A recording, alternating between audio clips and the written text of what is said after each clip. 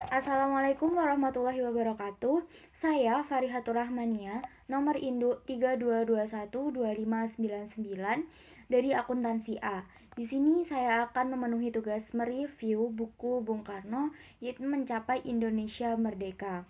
Sebelumnya, buku ini merupakan buku yang ditulis oleh Bung Karno di Pagelangan pada 30 Maret 1933. Pagelangan ini merupakan suatu kota kecil di pegunungan sebelah selatan kota Bandung.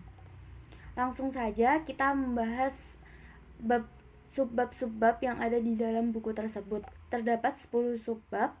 Sebab-sebab Indonesia tidak merdeka. Menurut Profesor Faith, beliau pernah berkata bahwa sebenarnya Indonesia itu tidak merdeka. Ternyata beliau lupa bahwa di zaman Hindu, Indonesia itu sebenarnya telah merdeka terhadap Hindustan. Sedangkan pada zaman saat ini Indonesia itu tidak merdeka terhadap Belanda. Mengapa merdeka terhadap Hindustan? Ya karena kaum yang berkuasa dalam zaman Hindu. Mereka sendirilah yang mendirikan kerajaan di Indonesia. Mereka menemukan masyarakat Indonesia yang tidak sebagai suatu masyarakat yang sudah berupa negeri, melainkan masyarakat yang belum ketinggian susunannya. Yang kemudian mereka mendirikan keadaban suatu kultur yang hidup dan subur berkembang di Indonesia. Negeri Indonesia saat itu telah merdeka, namun penduduk rakyat jelata dan marhain di Indonesia masih belum merdeka nih teman-teman.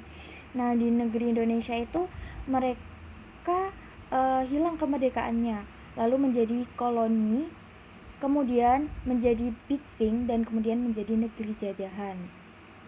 Pada masa itu, imperialisme dan kolonialisme jauh lebih kecil daripada imperialisme dan kolonialisme modern. Namun, tokoh dunia waktu itu tidak ada kekuatan sedikit pun untuk menolak adanya imperialisme tersebut, termasuk masyarakat Indonesia. Pada masa itu, rakyat Indonesia hanya berkeluh kesah tentang keningratan bangsanya sendiri, ingin menjunjung bangsanya sendiri.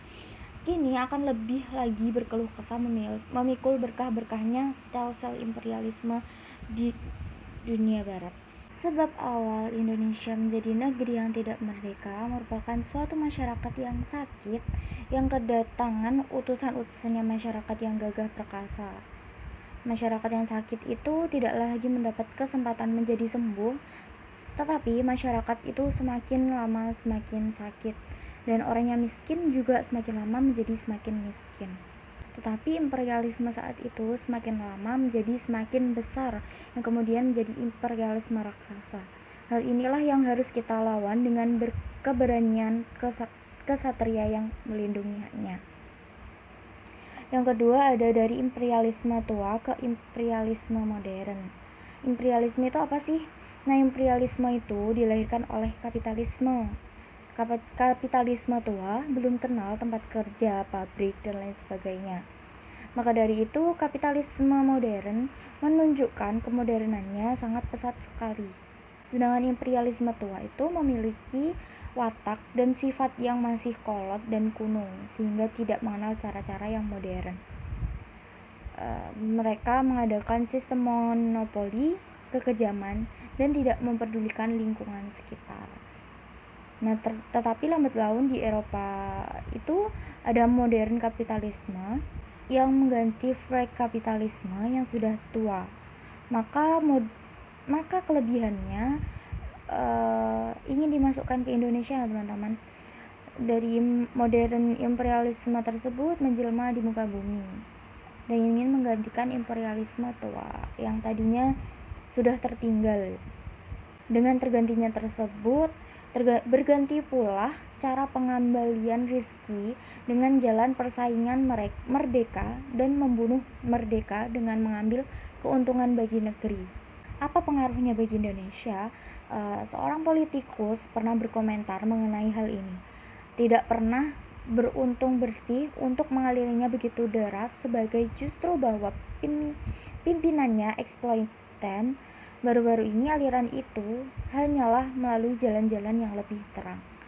Bukan hanya menjadi Indonesia yang tempat pengambilan rempah-rempah, kini juga menjadi pasar penjualan barang asing dan menjadi tempat-tempat penanaman modal asing. Nah, dengan itu barang yang ada di Indonesia diekspor keluar dengan 2 kali lipat daripada impor. Apa saja yang diekspor? Yang diekspor adalah gula, karet, dan lebih condong ke sektor pertanian. Yang ketiga, Indonesia tanah yang mulia, tanah yang raya.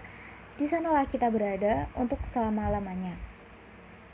Dr. Hunter telah mengumpulkan angka-angka dari semua perhitungan yang masuk dan keluarnya Rizky Marhen. Dr. Hunter membagi pendapatan Kang Marhen itu dalam 3 bagian.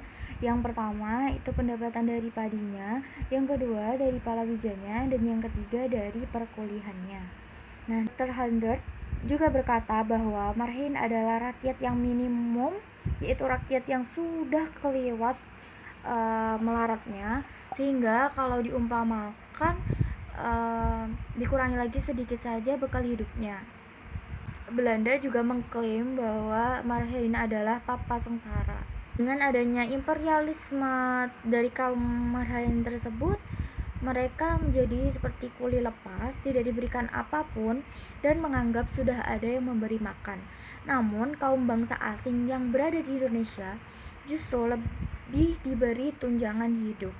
Bukan hanya sisi negatifnya saja ya teman-teman, adanya imperialisme ini juga membawa kemajuan bagi Indonesia, namun tidak seluruhnya merasakan kemajuan tersebut.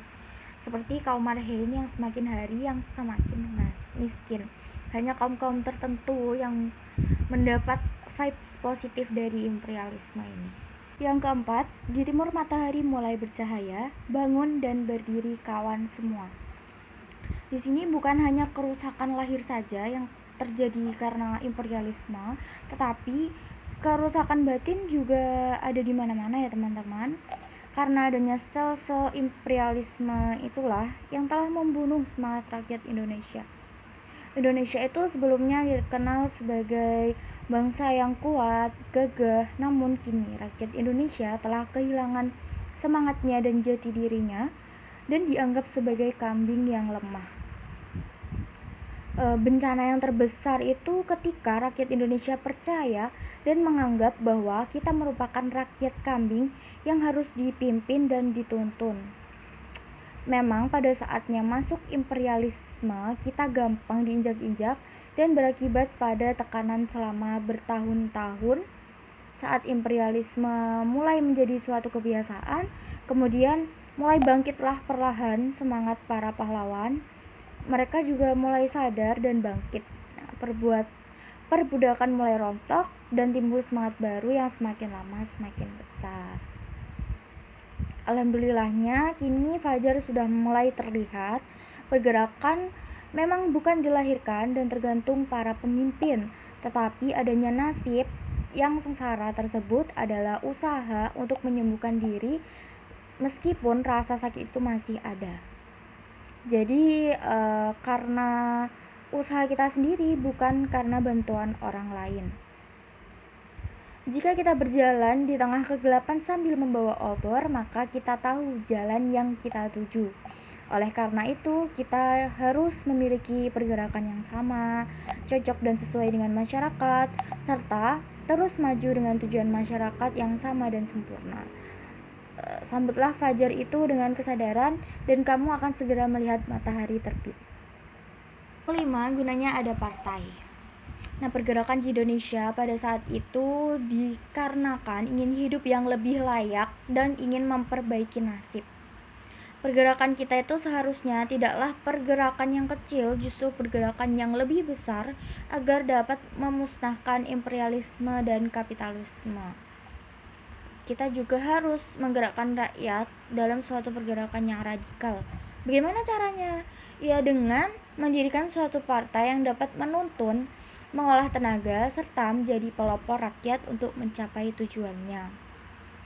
Selain itu, partai juga difungsikan sebagai pemimpin atau sebagai komando untuk melawan musuh. Oleh karena itu, partai yang ada pada masa itu haruslah sadar dan radikal. Dalam berdirinya partai, apakah semua rakyat masuk ke dalam partai tersebut?